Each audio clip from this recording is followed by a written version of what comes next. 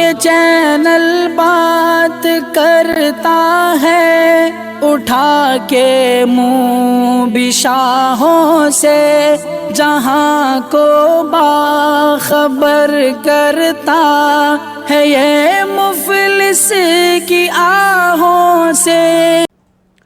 ناظرین گرامی، السلام علیکم ورحمۃ اللہ وبرکاتہ۔ سیدھی بات کے آج کی بات خاص بات میں آپ لوگوں کا استقبال ہے۔ ناظرین گرامی، میں انصار عزیز ندوی اس وقت دن بھر سے آئی ہوئی کچھ اہم ترین خبروں کی تفصیلات لے کر آپ لوگوں کی خدمت میں حاضر ہوں۔ تفصیلات میں جانے سے پہلے میں آپ کو اطلاع کر دوں کہ آج کے دونوں پرائم ٹائم شائع ہو چکے ہیں، جس میں اہم ترین خبروں پر تبصرہ ہوا ہے۔ جناب آپ نے نہیں دیکھا، جائیں دیکھیں، دوسروں تک پھیلانے کی کوشش کریں، لنک کو شیئر کریں۔ ادارے کی مضبوطی ناظرین گرامی آپ لوگوں کی مضبوطی ہے، اور آپ جانتے ہیں کہ آپ کو کرنا کیا ہے۔ مشترکہ قربانی کا اعلان بھی ہو چکا ہے۔ آئیے ناظرین گرامی بات کرتے ہیں پہلی خبر کی۔ ملک کے موجودہ حالات کو لے کر کانگریس پارٹی کے سابق صدر راہل گاندھی نے مرکز کی مودی حکومت پر شدید حملہ کیا ہے۔ انہوں نے کہا کہ B J P R S S کی تاریخ ہی نفرت پھیلانے والی رہی ہے۔ راہل گاندھی نے کہا کہ ملک کو نفرت کی آگ میں جھونک کر ہاتھ سینکنے والی بی جے پی اور آر ایس ایس کے اس کرتوت کو اب پورا ہندوستان جانتا ہے۔ انہوں نے بی جے پی اور آر ایس ایس کا موازنہ غدار وطن سے کی ہے۔ بہار میں کئی ایشوز پر جنتا دل یو اور آر جے ڈی کا نظریہ ایک جیسا معلوم پڑتا ہے۔ حال ہی میں مرکزی حکومت کے ذریعے لانچ اگنی پت اسکیم کو ہی لے لیجیے ہے۔ اس تعلق سے نہ ہی جنتا دل یو نے کوئی حمایتی بیان دیا اور نہ ہی آر جے ڈی اس کے حق میں کھڑی نظر آ رہی ہے۔ اسی طرح ذات پر مبنی مردم شماری معاملے میں بھی دونوں پارٹیاں شروع سے ہی یکساں نظریہ رکھتی ہیں۔ اس درمیان جنتا دل یو کے پارلیمانی بورڈ سربراہ اپیندر کشواہا نے ایک بیان دے کر بہار کی سیاست میں ایک بار پھر ہلچل مچا دی ہے۔ انہوں نے کہا کہ آر جے ڈی اور جنتا دل یو کے نظریات ملتے جلتے ہیں۔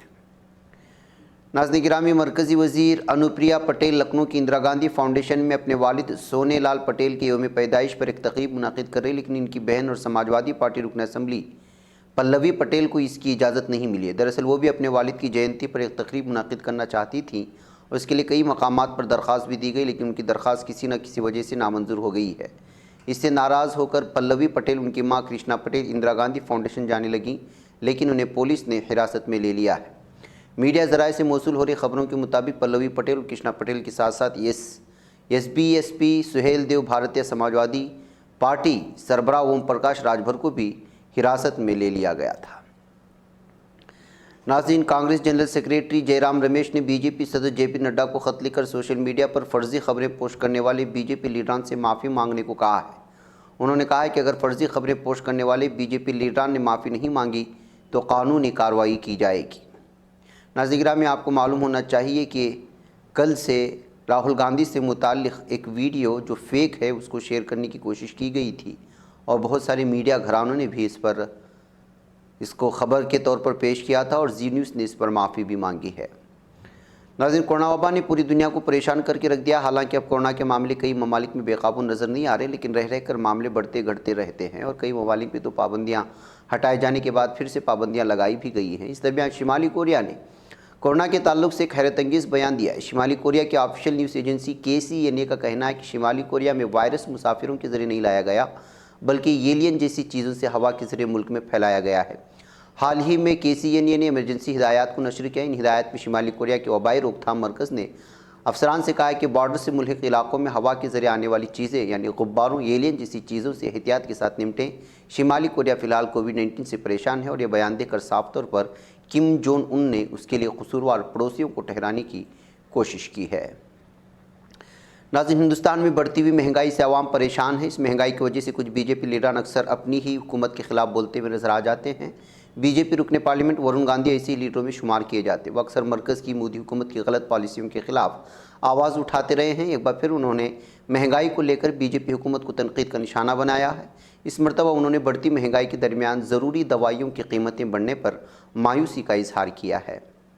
ناظرین، ادھر مہاراشٹرا میں ادھو حکومت کا خاتمہ ہو چکا ہے اور بی جے پی قیادت میں نئی حکومت تشکیل دے دی گئی ہے۔ ایکناتھ شندے نے بطور وزیر اعلیٰ اور دیویندر فڈنویس نے بطور نائب وزیر اعلیٰ عہدہ اور رازداری کا حلف بھی لے لیا۔ اس کے باوجود ریاست میں سیاسی ہلچل کم ہونے کا نام نہیں لے رہی۔ ایسے ماحول میں جبکہ اسمبلی اسپیکر عہدے پر تقرری کے لیے سرگرمیاں جاری ہیں اور این ڈی اے کی طرف سے بی جے پی رکن اسمبلی راہل نارویکر کو امیدوار بنایا گیا ہے، ایم وی اے یعنی مہا وکاس اگاڑی کے ایک فیصلے نے سبھی کو حیران کر دیا ہے۔ دراصل ایم وی اے نے بھی اپنی طرف سے اسمبلی اسپیکر کے لیے امیدوار کے نام کا اعلان کر دیا۔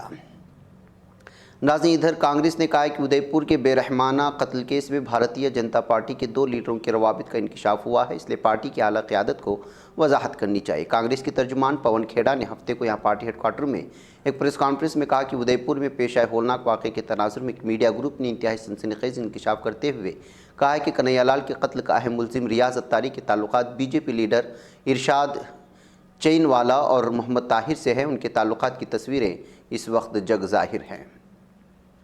ناظرین، ادھر بہار کے بیشتر علاقوں میں بارش کے دوران گزشتہ روز جمعہ کو آسمانی بجلی گرنے سے 5 افراد کی موت ہو گئی ہے۔ 3 لوگوں کا تعلق نالندہ ضلع سے ہے جبکہ بنکا اور مدھوبنی میں ایک کی موت ہوئی ہے۔ بہار کے وزیر اعلیٰ نتیش کمار نے اس واقعے پر افسوس کا اظہار کیا۔ حکومت نے مرنے والوں کے لواحقین کے لیے فیکس 4 لاکھ روپے کے معاوضے کا بھی اعلان کیا ہے۔ ناظرین، ادھر confederation of all India trader CAT نے گزشتہ روز جمعہ سے ملک بھر کے تاجروں ان کی ملازمین میں ایک ہی بار استعمال ہونے والے پلاسٹک پر پابندی کے احکامات پر عمل کرنے اور اس کی کسی بھی استعمال کی حوصلہ شکنی کے لیے وسیع پیمانے پر بیداری پیدا کرنے کے لیے مہم شروع کر دی ہے، جو 31 جولائی تک جاری رہے گی۔ ملک میں سنگل یوز پلاسٹک پر پابندی شروع ہو چکی ہے۔ ناظرین، ادھر پبلک سیکٹر جنرل انشورنس کمپنیوں کی 18 ٹریڈ یونینوں اور یونینوں کے مشترکہ فورم نے کہا ہے کہ حکومت ان کے مطالبات پر توجہ نہیں دے رہی ہے اور انشورنس سیکٹر کے 50,000 سے زیادہ ملازمین غیر معینہ مدت کی ہڑتال پر جانے کے لیے مجبور ہیں۔ United front of insurance employees northern region کے کنوینر ترلوک سنگھ نے بتایا کہ جمعرات کو اس سلسلے ملازمین کے نمائندوں کی ایک میٹنگ ہوئی ہے جس میں مزید حکمت عملی پر غور کیا گیا اور اگر حکومت نے مطالبات تسلیم نہیں کیا تو پھر احتجاج کیا جائے گا۔ 11 جولائی سے انشورنس سیکٹر کے 50,000 مزید ورکرز غیر معینہ مدت کی ہڑتال پر جائیں گے۔ ناظرین گرامی، ادھر میکسیکو کے صدر مانویل لوپیز اوبراڈور نے اپنے ایک ناقد، کالم نویس اور تجزیہ کار کارلوس الازرا کی پر نکتہ چینی کرتے ہوئے کہا تھا کہ ان کی سوچ ہٹلر کی طرح ہے۔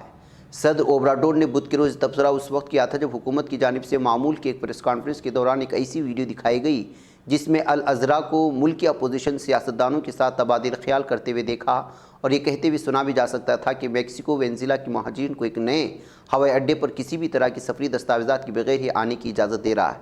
ملک کی حکومت ایسی کسی بھی طرز عمل یا فیصلے کی تردید کرتی ہے۔ صدر مانویل لوپیز اوبراڈور نے کارلوس الازرا کی اس بیان پر کہا تھا کہ وہ ہٹلر کی طرح انتہائی قدامت پسند ہیں۔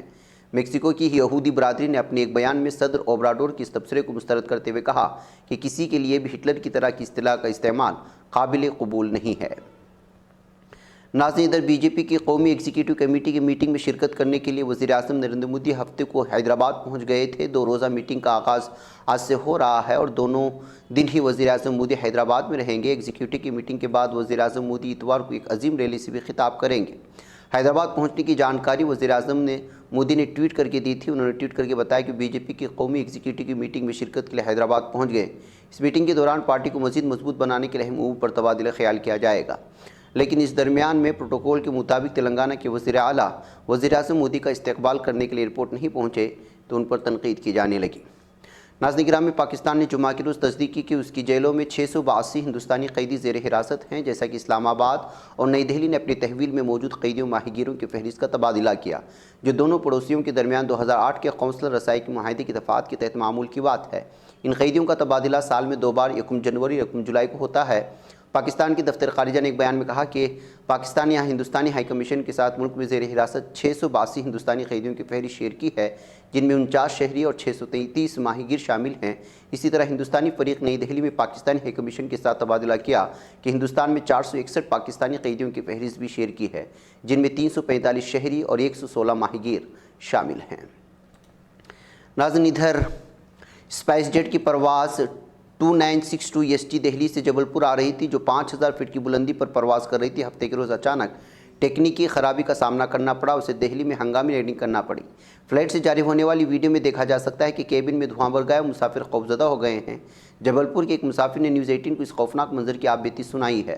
مدھیہ پردیش ہائی کورٹ کے سینئر وکیل پنکج دوبے بھی اسی فلائٹ میں سفر کر رہے تھے۔ انہوں نے بتایا کہ جیسے ہی دھواں نظر آیا ہوا تمام مسافر خوفزدہ ہو گئے۔ ان کے چہروں پر خوف آسانی سے نظر آ رہا تھا۔